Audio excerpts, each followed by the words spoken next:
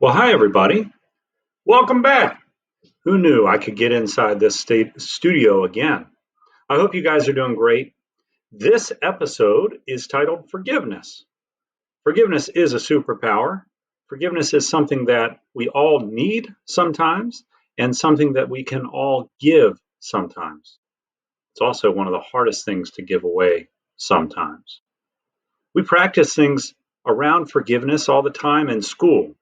Think of a time you've been tripped, bumped into, accidentally told something that wasn't too nice, intentionally told something that wasn't too nice, and then had to receive forgiveness or ask forgiveness. We do that in school, just like we do it at home for practice for the real world. Your kids, you're expected to screw up every now and then. That's a part of life. Forgiveness is also a part of life. Today, we're going to be talking about forgiveness, seeing examples of when forgiveness is sought and given, and relating it to movement in the athletic world. Now, we're going to get things started. Be sure you have your pencil and your piece of paper. You'll need that in a little while. And we're going to get going with a little bit of movement. Enjoy. What we're going to do is start out with chin tuck. So we're going to bring the chin in kind of towards your throat and back. So not down. Not down, not up, not straight up. back. Yep. Just Someone's like throwing that. a pie in your face. The repetitions, you should do at least 3, but 5 of them would probably be better. You could go up to 10, but not more than 10. Okay, we'll do between 5 and 10 here. And continue to be relaxed. There you go. Get some music in the background. Continue to breathe. Yep, breathing's very important. Now we're going to go to trunk rotations. So you're going to look over your right and then over to your left. Now, if this feels pretty good and you have armrests, you can grab the armrest and give a little overpressure, but not too aggressive. I'm just grabbing my leg, Brad. There you go. Yep, leg or armrest. I really like the overpressure on this one. This is really nice. If you're still driving, it really helps that range of motion so you can look behind you when you're if you have one of those up. vehicles, they have backup cameras on the newer vehicles now, Brad. Well, I know, but some people don't have it. I know. My was. But this is good, though. After driving for 30 years, you kind of get a habit. Really want to emphasize, by the way, really good posture when you do those. Don't be going like this and turning. Exactly, Bob. Thank you for that reminder. The next one is our Bob's. Hallelujah. Hallelujah. All right. So we're just going to lean back and bring your arms up. And depending on your shoulders, if you have tight shoulders, just bring them up as far as you feel comfortable. We don't want to irritate any shoulder impingement. If you want to bring your hands behind your head, you can. Out to the side. Breathe in. And you got to say it, Brad. Hallelujah. Hallelujah. That's right. Life is good, and we're going to enjoy it. While we're still on this earth. While we're still on the chairs here. Okay, next one, we're going to go to the hands. Hands out in front of you. Gentle wrists, and so don't make tight wrists, and do circles. Take a deep breath. Make sure you go both directions, 5 or 10 times. Get those wrists. There's a lot of little bones in those wrists. They're kind of a complicated joint. It's nice to keep them loose. And then we're going to open hands and close the fists. Open and close, open and close. You can really feel all those. There's so many joints going right now with this. If we counted them, I should have did that before the video. Yeah, there's a lot of joints. We got 30 to 40 that are all together. All right, and then good posture. We're going to go to the legs and the hips. Marching. Get those knees up one at a time as high as you can. 10 times typically on one leg. So if you're counting 1, 2, it'd be 20. You know what I just read yesterday, Brad? That if this hurts in the hip, that's one of the signs of hip arthritis. Oh, really? That. Yeah. The seated march. Okay. It was one of the tests they were doing. Sure. Active flexion. Oh, I see. Yep. Now we're going to go to kicks, or we call them long arm quads, but like this. I'm getting pretty close to you, Brad. Oh, yeah. Be careful there, Bob. Make sure on this one that you don't just kind of do these short cheating ones. They're not going to benefit your knees as well. Good posture. up and hold it. Nice. For those of you that sit a lot during the day, this is a good one to do throughout the day. Yeah. Very good for knees. You get a little bit of strengthening, but you also get some movement. It stretches the hamstrings, and if you pull your toes up towards your nose, you're going to feel a more stretch back under here. In the calf. Yep, exactly. So that's a nice way to make that exercise complete. You get more benefit out of it that way. Okay. All right. Well, it's time for our athlete spotlight of the video. This video's athlete is Marion Jones. Marion Jones started out with so much promise in track and field and basketball. Jones won the California State track meet in high school in the 100-meter sprint 4 years in a row. She was invited to participate in the 1992 Olympic trials, and after her showing in the 200-meter finals, she would have made the team as an alternate in the relay, but she declined the invitation. After winning further statewide sprint titles, she accepted a full scholarship to the University of North Carolina at Chapel Hill for basketball. There, she helped the team win the NCAA championship her freshman year. Jones took a year off of basketball in 1996 to concentrate on track. She lost her spot on the 1996 Olympic team because of an injury she suffered to her back. She excelled at her first international competition, winning the 100-meter sprint at the World Championships in Athens 1 year later, while finishing 10th in the long jump at that same meet. In the 1999 World Championships, Jones attempted to win 4 titles, but injured herself again after getting gold in the 200 meters. At the Sydney Olympics, Jones finished with 3 gold medals, which was amazing. She also brought home 2 bronze medals. On March 10, 2010, Jones joined the Tulsa Shock, a WNBA team, and signed to play with the team. But after 1 year of play, she didn't have too many points per game or rebounds, and the Shock decided not to renew her contract that year. Where Jones's life took a tough turn was early on in her track career, culminating in 2007, when Jones admitted to lying to federal agents under oath about using steroids before the 2000 Summer Olympics. Jones held 6 months in prison for taking that lie to the federal agents about using steroids. She broke down in tears in a press conference as she apologized, saying, "It's with a great amount of shame I stand before you and tell you that I betrayed your trust. You have the right to be angry with me. I've let my country and myself down."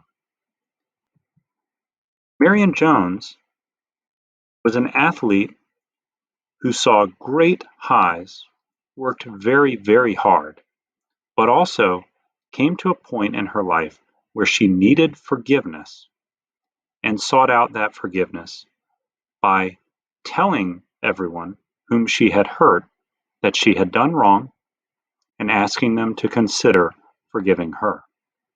Marion Jones is our athlete spotlight of the video.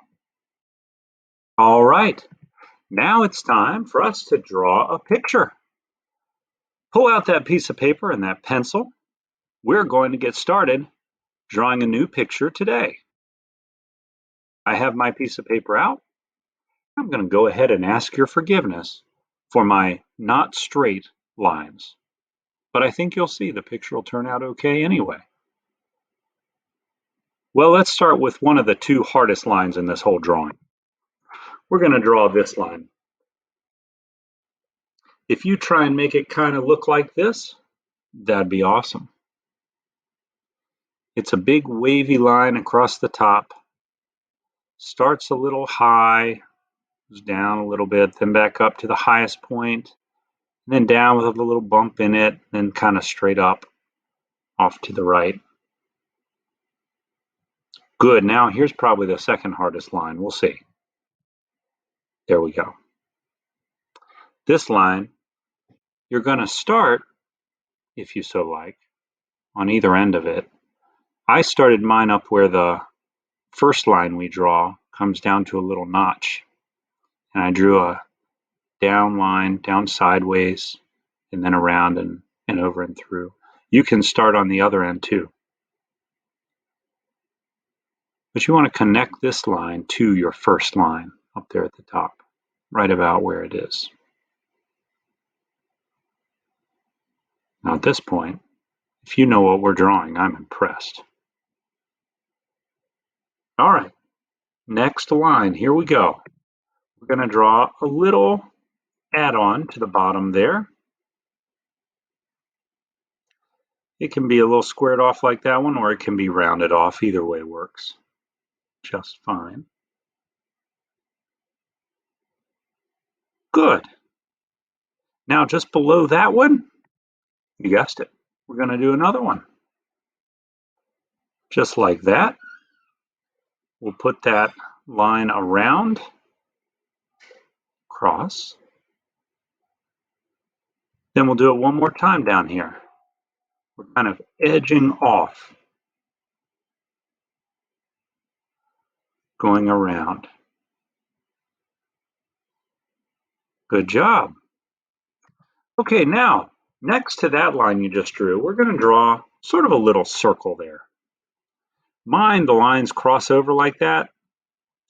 You don't need to do that. Yours can be just kind of a circle. That was a mistake I made. And I'm going to draw another one. That one's a little bit bigger than the first one, but not much.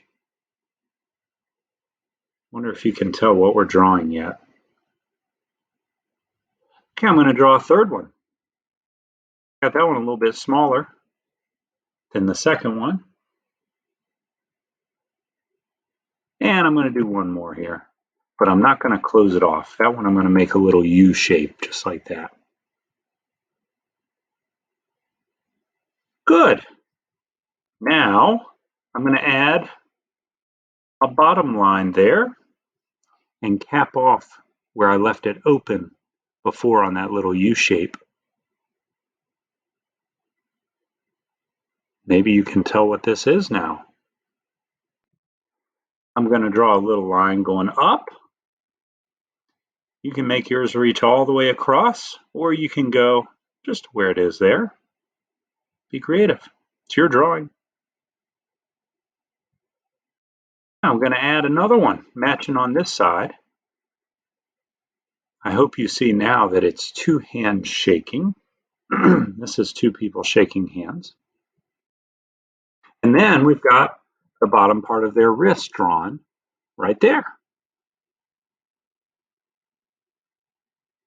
You'd be right to say, what's wrong with that person's thumb?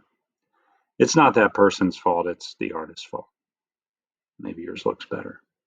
Okay, very good. Well, don't forget, we are going to save that piece of paper, so don't throw it away, don't lose it. We're going to hold on to video of the week, not made by Fuller Morton Kinlaw Productions. This video has to do with a great story written by a fantastic football coach named Tony Dungy and his wife. Enjoy. Okay, I'm Nathaniel Rutledge Jr. I'm a retired police chief out of the city of Bessemer, still serving in law enforcement, and this is my opportunity today to share an outstanding book with you called Carson Chooses Forgiveness.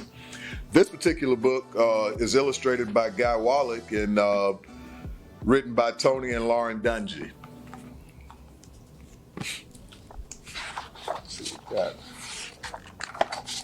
So, "Hey Carson, hurry up or we'll be late for basketball practice," Maria called impatiently. I'm coming, mumbled Carson, but his feet dragged as he headed toward the gym. Carson wasn't looking forward to basketball as much as he used to. He didn't mind that he wasn't a starter. In fact, Carson was pretty good, but he wasn't the star of the Trentwood Elementary team. The star of the team was Daniel.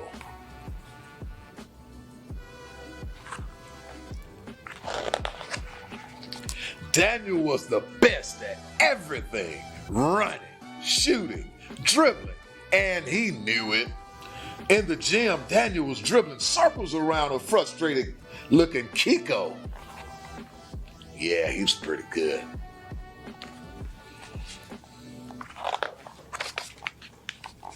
Daniel spun and shot it over his head and through the net. Wow, did you see that? He shouted. I can't miss.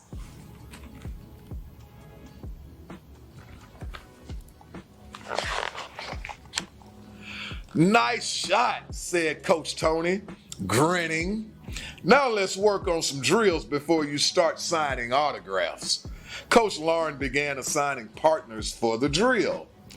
Over here, called Carson for the third time as Daniel dribbled past. Daniel ignored him and took the shot, sinking it.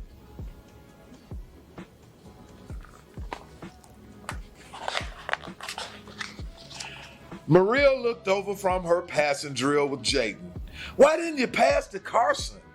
We're all supposed to get a chance to shoot in practice. Daniel shrugged, but I never miss. And Carson hadn't made a shot in forever. Embarrassed, Carson looked down at his shoes. Not happy.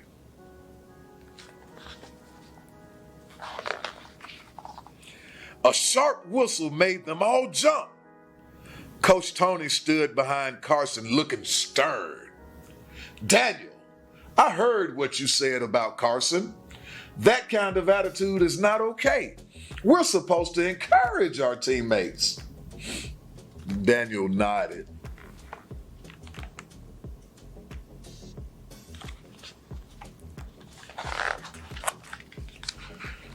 All right then, Coach Lauren said. Line up for layup drills. Daniel dashed off to be the first in line. And the next day, before the game against Grantville Elementary, everyone was still unhappy with Daniel.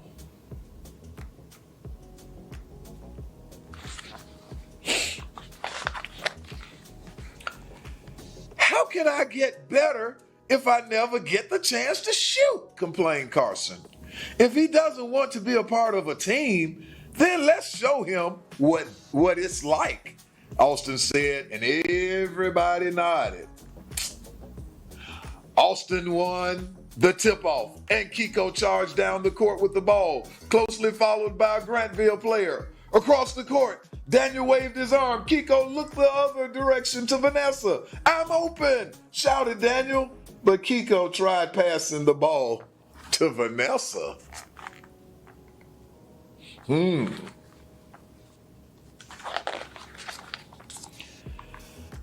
I could have made the shot, demanded Daniel, but Kiko ignored him as she followed Jaden and Jason after the ball. Kiko's pass was intercepted by the defending Grantville player. Again and again, Trentwood players chose to pass to guarded teammates or try wild shots rather than pass to Daniel. Good, thought Carson. Now he'll know what it feels like. But as the other team scored higher and higher, he felt less and less satisfied.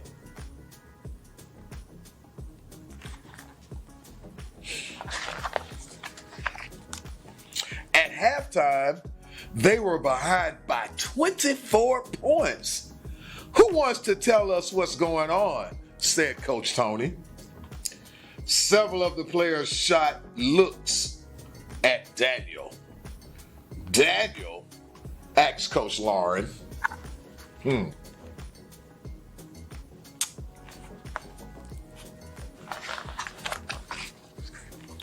Daniel looked up, his face red. I don't know. Why would no one pass to me? You said you didn't need any help to win, said Kiko. Coach Lauren held up a hand. When you have a problem with a teammate, instead of trying to get back at them, be honest about how you're feeling and give them a chance to make it right. Or ask your coaches to help you work it out. added Coach Tony.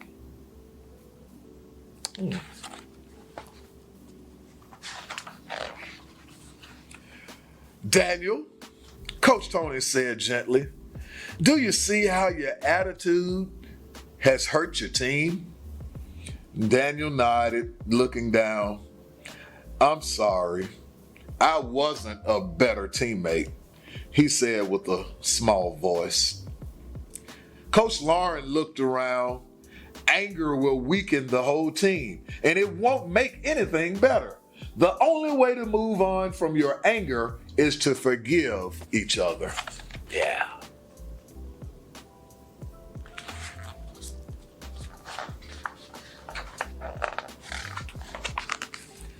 Carson thought about how unhappy they'd all been. Standing, he turned to Daniel. I forgive you, and I'm sorry. Being angry was just as bad for the team as showing off. He held out his hand to Daniel, and he shook it. Carson's right. We can all be better teammates, said Maria, and she high-fived Daniel. The rest of the team nodded. That's more like it, said Coach Tony. Now let's see what a united team can do with this second half.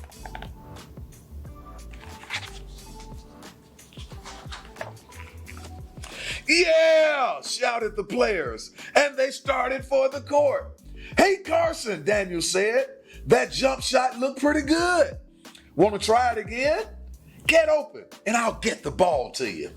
Carson grinned. Sounds good. The boys high-fived and ran to join their team.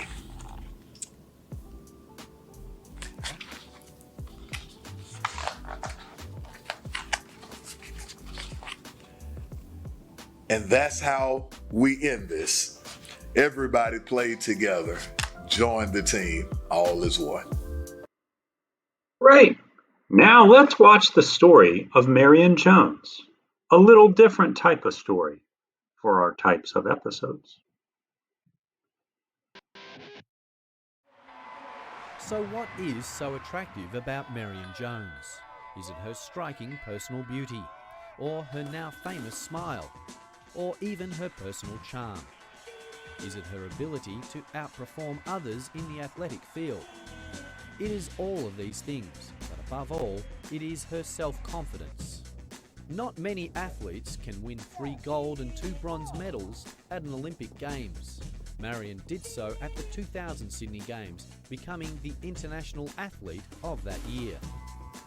Marion is revered worldwide, justifiably so, having posed for covers of Harper's Bazaar, People, Rolling Stone, the ESPN magazine, and even fashion rag Vogue. Like the determination of her Olympic drive for gold, she was always destined for the track. When at just 9, she declared she wanted to be an Olympian. The Olympics came to town, Los Angeles that is, and it helped her to chart a course for life. 16 years later, she possessed 3 Olympic gold medals. Marion took her first steps into the spotlight as a high school athlete, winning 9 Californian track titles and twice winning the National High School Athlete of the Year award. By now, she was truly on the national stage. As a junior, she competed in Olympic trials, finishing 4th in the 200 metres. Her time of 22.58 seconds, a national junior record. But her time fell short, leaving her 100th of a second out of 3rd spot and a place on the US team for the 92 Barcelona Games. Disappointed at failing to make the team, the track took a backward step in Marion's sporting commitments.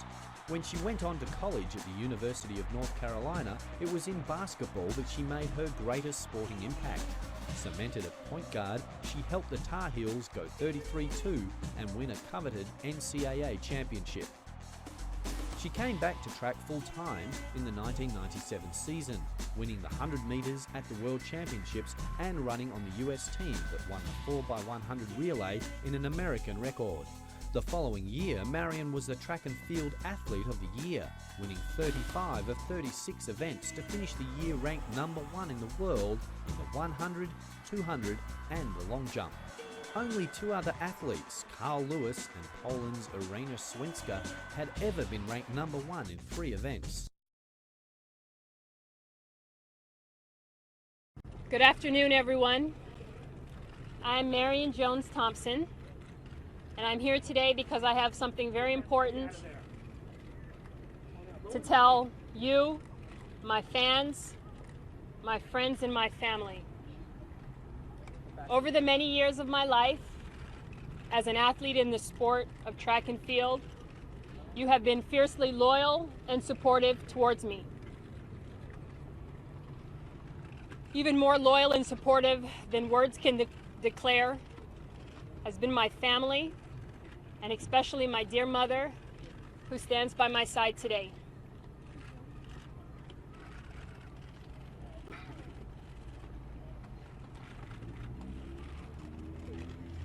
And so it is with a great amount of shame that I stand before you and tell you that I have betrayed your trust. Responsible fully for my actions. I have no one to blame but myself for what I have done.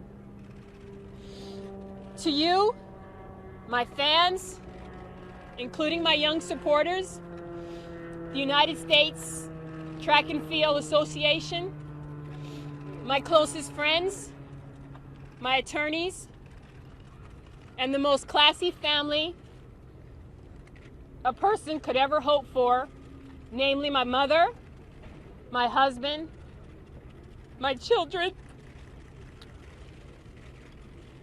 my brother and his family, my uncle, and the rest of my extended family. I want you to know that I have been dishonest. And you have the right to be angry with me.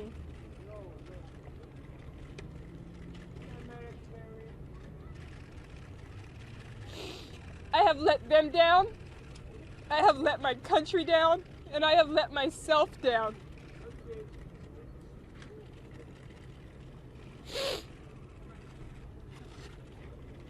I recognize that by saying that I'm deeply sorry, it might not be enough and sufficient to address the pain and the hurt that I've caused you. Therefore, I want to ask for your forgiveness for my actions, and I hope you can find it in your heart to forgive me. I think it's worth pausing here for a moment to think about what Marion Jones accomplished before she used steroids, which are a drug that makes you stronger and faster.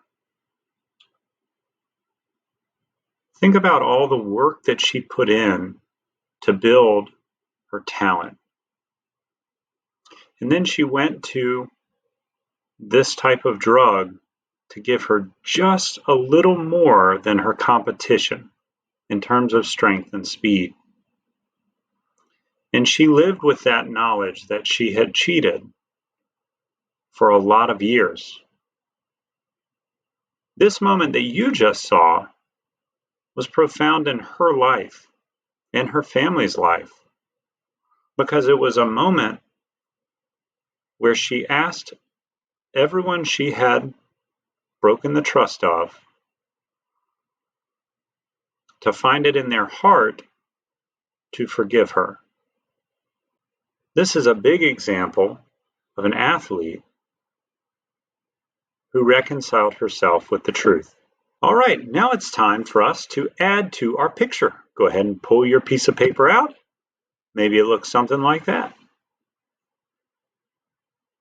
Now we have 2 hands shaking here, and that for today represents forgiveness. Forgiveness, when we ask another person or a group of people to no longer hold a grudge against us and to move forward in truth, that is asking for forgiveness. And then when we give that, we don't hold a grudge anymore. We move forward in truth. That is forgiving. So, forgiveness is stopping feeling angry. Don't forget what happened. It's not a total forgetting. It's releasing our grudge or releasing our resentment or releasing our dislike for that person because of what they did. Now that they recognize that what they did was wrong, we can stop feeling angry because we're on the same page. We both understand we're human, we make mistakes. When we acknowledge it, we're ready for those around us to release any resentment they have against us. Great job. All right. Well, we're going to end today with a little funny joke. So get ready. Dad jokes don't hurt too much. Why do seagulls fly over the ocean? Well, that's simple. Because if they flew over the bay, they'd be bagels. Sorry for that. All right, it's time for a mindfulness moment. One of my favorites so far.